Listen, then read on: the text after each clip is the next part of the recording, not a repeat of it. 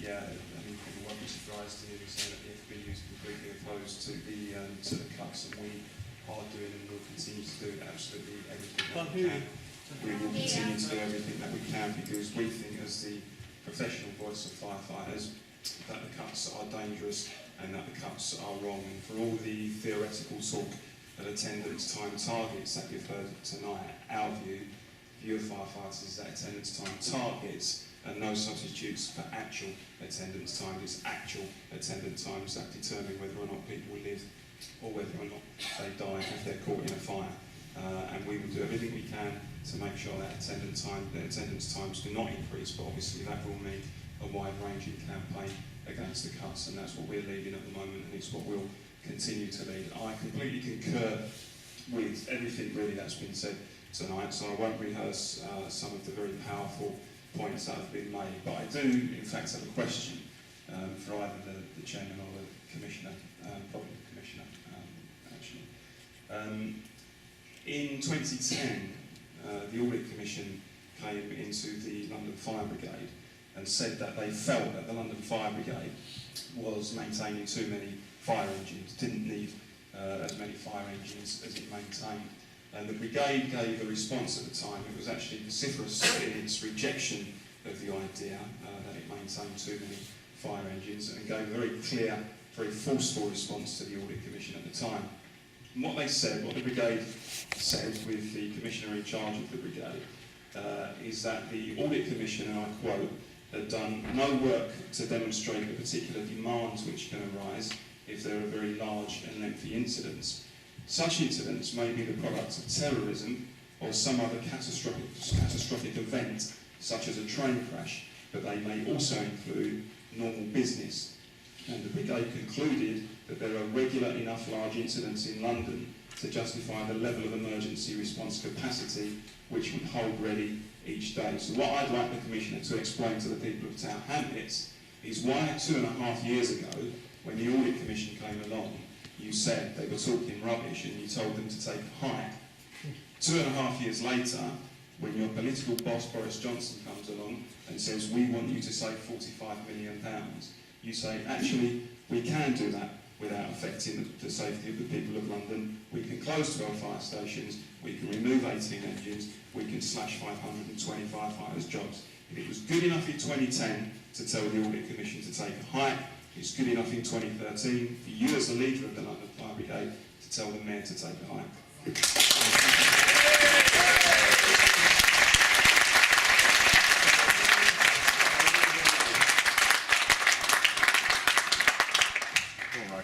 you.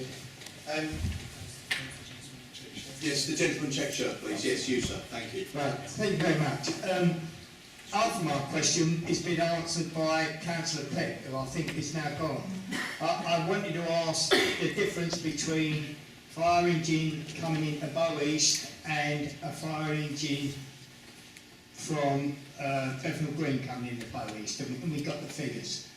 The one thing that no one's mentioned in Bow East and Bow West, we've got the biggest proportion of sheltered accommodation in the whole of Town Hamlets. And most of it is in Bow East. There is 6 to 8 sheltered accommodations.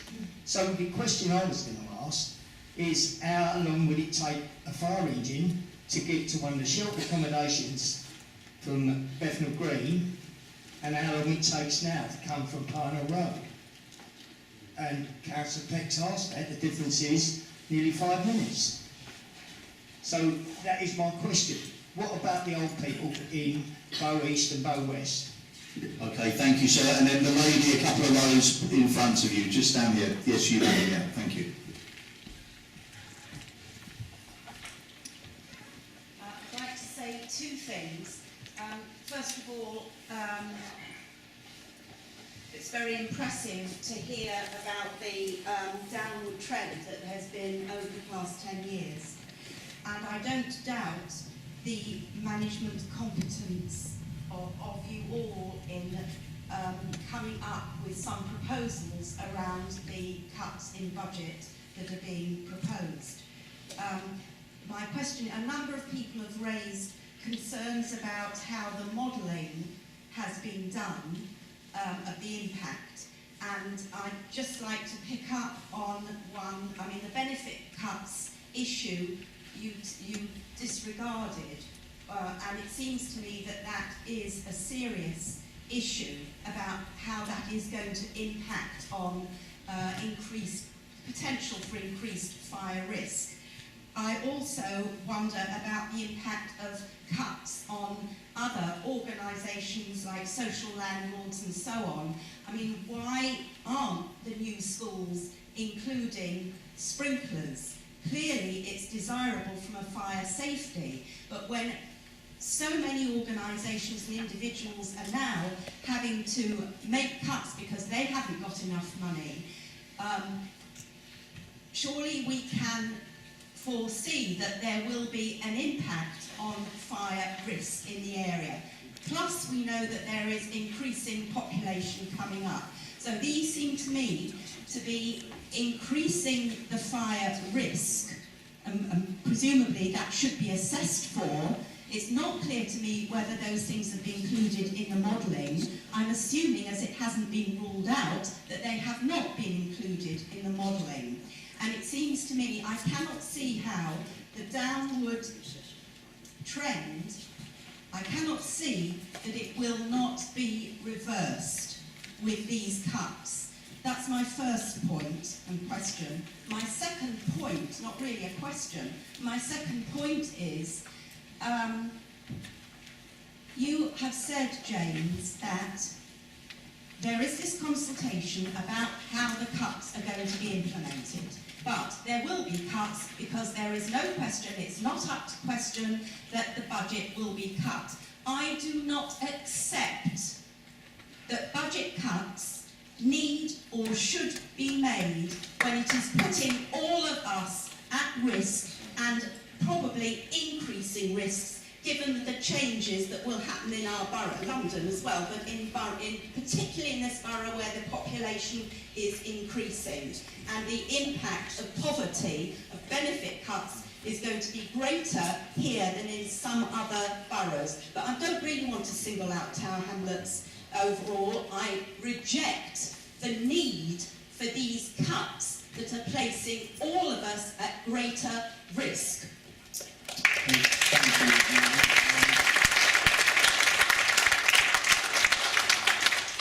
if I could come to you first to respond to Mr Emery's question about the Audit Commission response.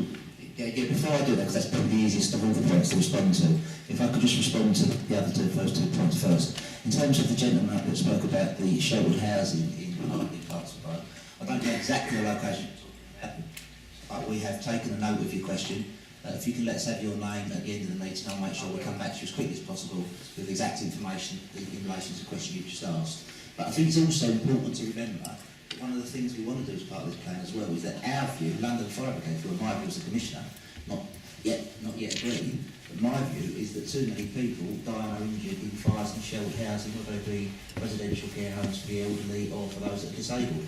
Actually, what I want to do is improve the standards in those care homes so the fires don't occur in the first place, and I think that's possible.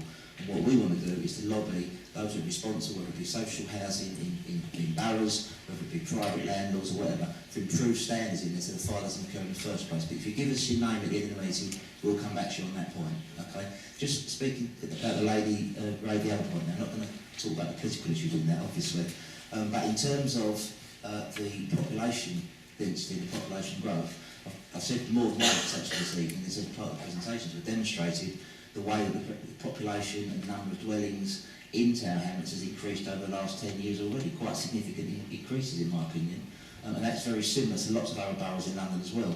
But despite that fact, and despite the fact that we have been going through an economic downturn for a number of years now, we're still seeing the number of incidents and the number of fires London Fire Brigade attends is going down, even in those areas where the population is growing quite significantly, such as Tower Hamlets.